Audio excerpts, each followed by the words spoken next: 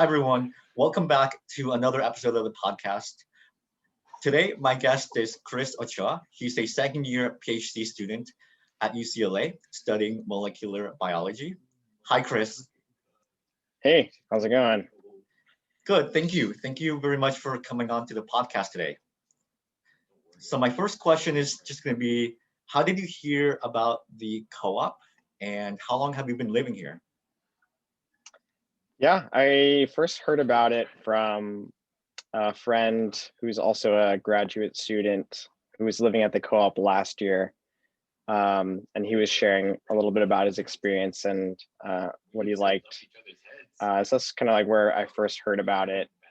And I've been living at the co-op since June. So since to June 2020. So a little over half a year now. So how do you like living here? Yeah, so I didn't live at the co-op my first year, but I very much would have liked to after experiencing the co-op and all that it has to offer. Some of my favorite things about the co-op: not having to cook my own food, saving a bunch of money on rent and just general life expenses. And so yeah, I wish I had known about it last year, because I feel like it would have definitely been it would have been easier on me as a graduate student, first year graduate student. Because I feel like I would have had a lot more time, not having to cook for myself, or less stress. Yeah, I could do like more. That's definitely a common theme I've seen about saving time cooking your own meals, and I definitely echo that as well. As your first year as a grad student, especially in a PhD program, can be very demanding, trying to balance research coursework, and so saving time wherever you can makes a big difference.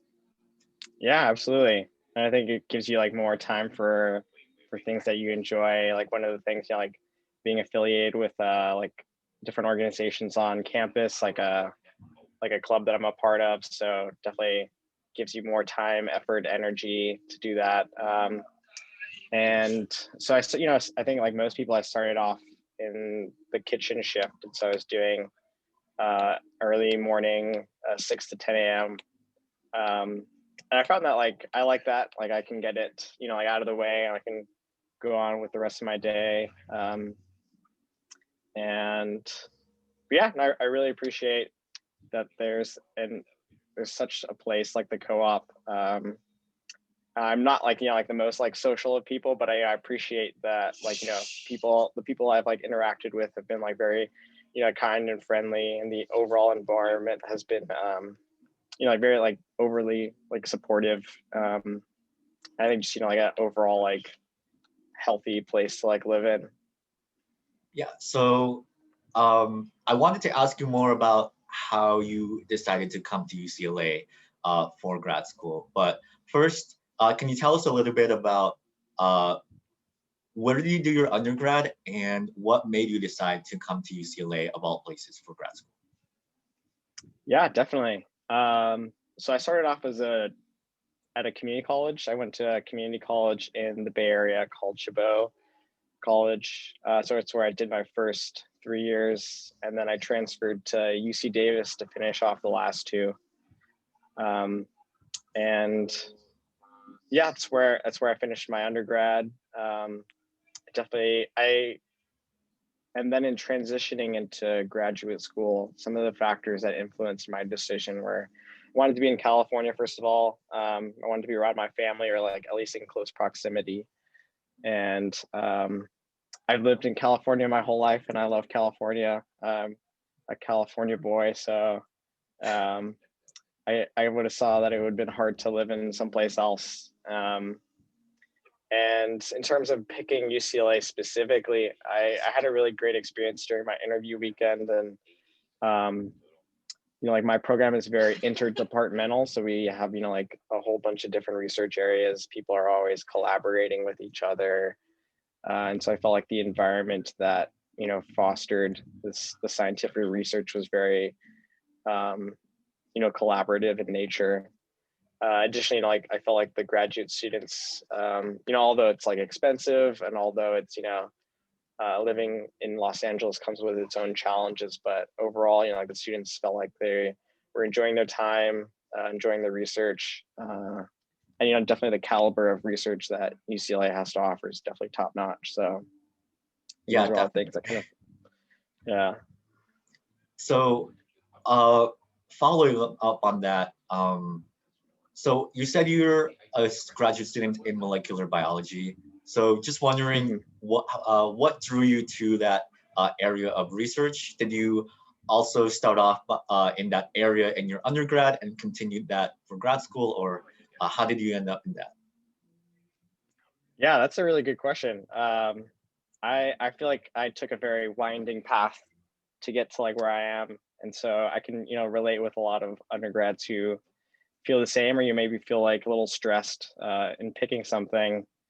And it wasn't until my last semester at community college where I kind of figured out that I liked molecular biology. I'm sure like a lot of undergrads nowadays are doing. I think the first lab that I did in a molecular biology lab was, getting E. coli to glow green by inserting a GFP gene in it, and I was like, that's sick, like that's really cool. I wanted to be like doing more of that kind of stuff, and that's kind of, I guess, like where it started from. And then yeah, it kind of like took off from there. I had like the opportunity to do some summer research through some programs, and I figured out that like you can get paid to do, like most biology programs are, get paid like a small stipend, they cover your tuitions and fees. So I was like, yeah, that all sounds really great. Like I get paid to do what I like to do. It's not a whole lot, but it's more than like I was ever getting paid before. And in the end, you get like a PhD out of it. Like, I thought it was just, a win-win overall. Yeah, I definitely echo that. Where before I like knew about what graduate students do, what research and academia is like, I kind of have no idea that uh, most PhD programs, at least in STEM, are your stipend is paid and Yeah. your tuition. So that was definitely one thing that was also kind of surprising to me when like learning about grad school at the time. So Yeah. following up on that, so what exactly do you study within molecular biology? Yeah. So I'm a graduate student in Dr. Sanaz Memarzadeh's lab, and she's a MD, PhD, PI, and our lab studies gynecologic cancers, so ovarian cancer, endometrial cancer, and so since she has that medical side, a lot of our lab focuses on how best to assist patients in treatments of these types of cancers. So it's primarily, most of the lab does ovarian cancer type research. I'm one of the few that does the endometrial cancer side or endometrial research. So we do a little bit of both. Can you expand for me and anyone listening, what exactly do you mean by endometrial? Yeah, that I can definitely, I feel like I get that question a lot.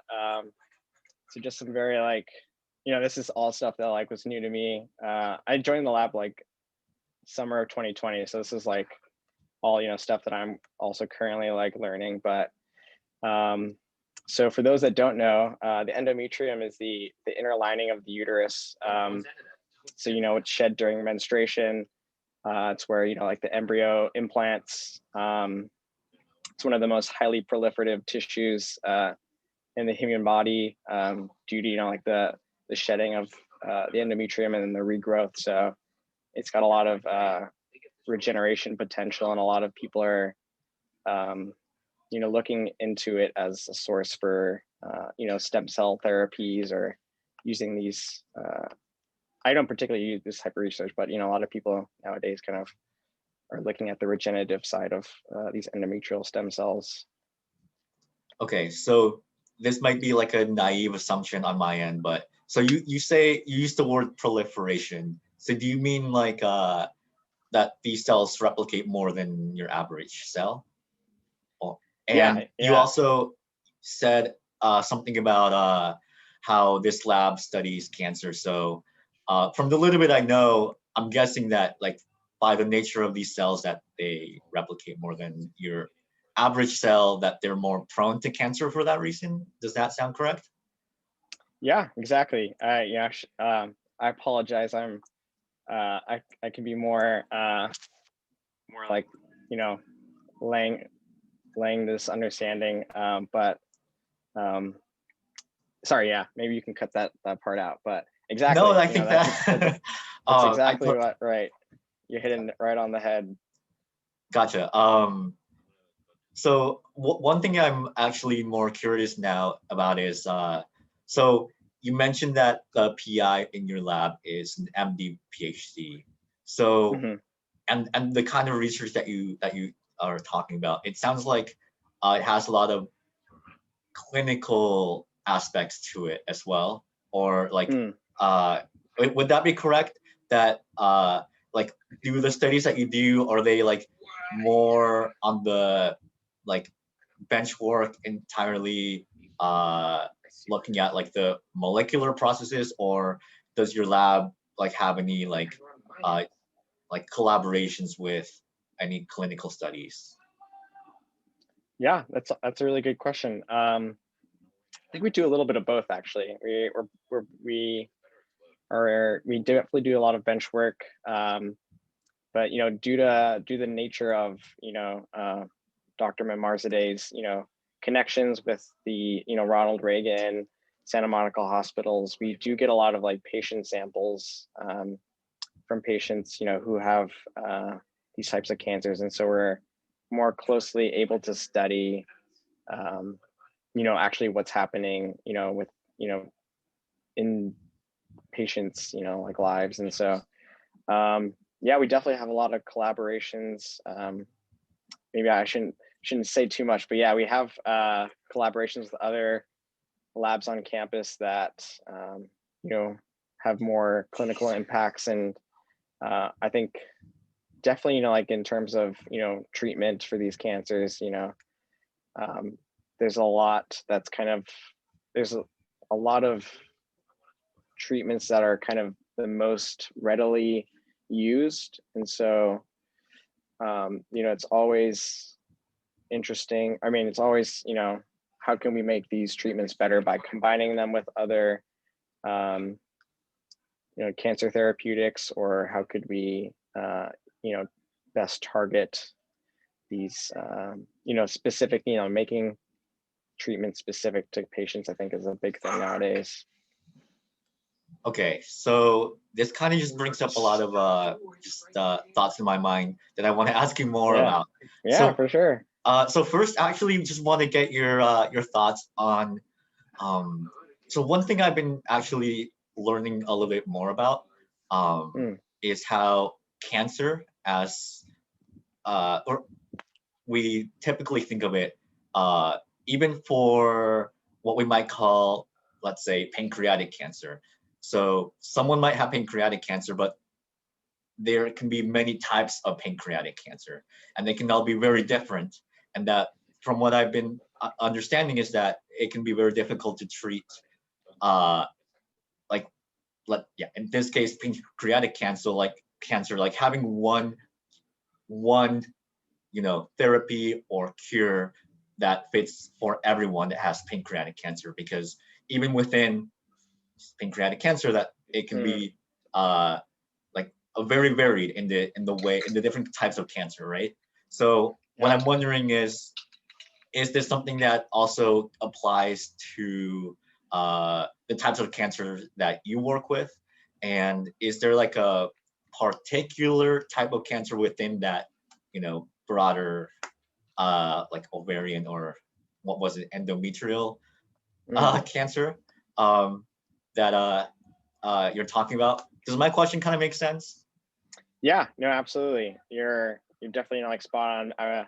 Maybe you have some, I don't know if you study pancreatic cancer, but that's but I'm yeah, so I'm yeah, you're I'm a exactly. grad student in engineering. I know nothing about like stuff. It's just stuff I'm curious about to learn more. Yeah, no, I gotcha. Absolutely, yeah. Like, I guess when you look at, cancers in general, or, in ovarian cancer, there are definitely different subtypes, and they're also, I think there's, maybe there are, more common drivers, and by drivers of cancer or ovarian cancer, I mean like specific mutations in genes that are more commonly seen, or certain genes have the propensity for generating ovarian cancer more than others, and so it definitely, yeah, like you were saying, makes it harder to treat. And also like the combinations of mutations, or just even broadly, or more broadly, the way that patients react to treatments can be very specific. And they're, I guess, looking at ovarian cancer specifically, there's this issue with dealing with chemo resistance. When you're treated with chemotherapy, the common treatment is carboplatin, but some patients have the propensity for developing resistance to this treatment. And so even though they may see early decrease in, like their tumor, they then, due to the resistance of these cancer cells, it tends to grow back, and even in a more stronger, you see a stronger phenotype, and beyond that point, the treatment is no longer as effective. So we do see patients that some have chemo resistance type ovarian cancer, some have a more sensitive ovarian cancer. So it's definitely very broad, and that makes it definitely very difficult to treat patients, because if you're just applying one broad treatment, it makes it very difficult. Okay, so I have one more question that's also a little technical. So there's a professor in the chemical and biomolecular engineering department that I'm familiar with that does research on T-cell engineering. So this PI, her name is Yvonne Chen. So my understanding is that the types of therapy that she works on is engineering editing your own T cells after taking them out of your body. I think using CRISPR technology, but I could be wrong on that. But editing them, modifying them after taking them out of your body, and then putting them back into you in order to essentially attack the cancer. Not after they've been modified. So are you familiar by any chance with this type of with T-cell therapy? And is this a type of therapy that you've seen? Is it relevant to also the types of cancer that you look at, or is this just not something that people study because it's, for one reason or another, not very applicable for that type of cancer? Yeah. I guess kind of first off, I don't know a whole lot of the immunology side of things, but I think it's definitely becoming more commonplace. And this is just kind of speaking from experience out. My lab is also kind of collaborating with a lab that's also more on the side of immunology. And yeah, I think that's definitely, I guess, really, I imagine it to be like more effective than, so let's say using someone else's T cells. And so you're definitely using, like your own immune system, and hopefully adapting it to, make it more efficient and effective. But yeah, beyond that, I think it's, I guess if you're in the case of ovarian cancer, you typically see higher expression levels of genes. And so if those, if those genes or those proteins are more expressed, and if you're able to like target them to those specific proteins, then that would make it more effective. And I think that's kind of one train of thought. But that's definitely really interesting. So last question for you. Just where do you see yourself after grad school?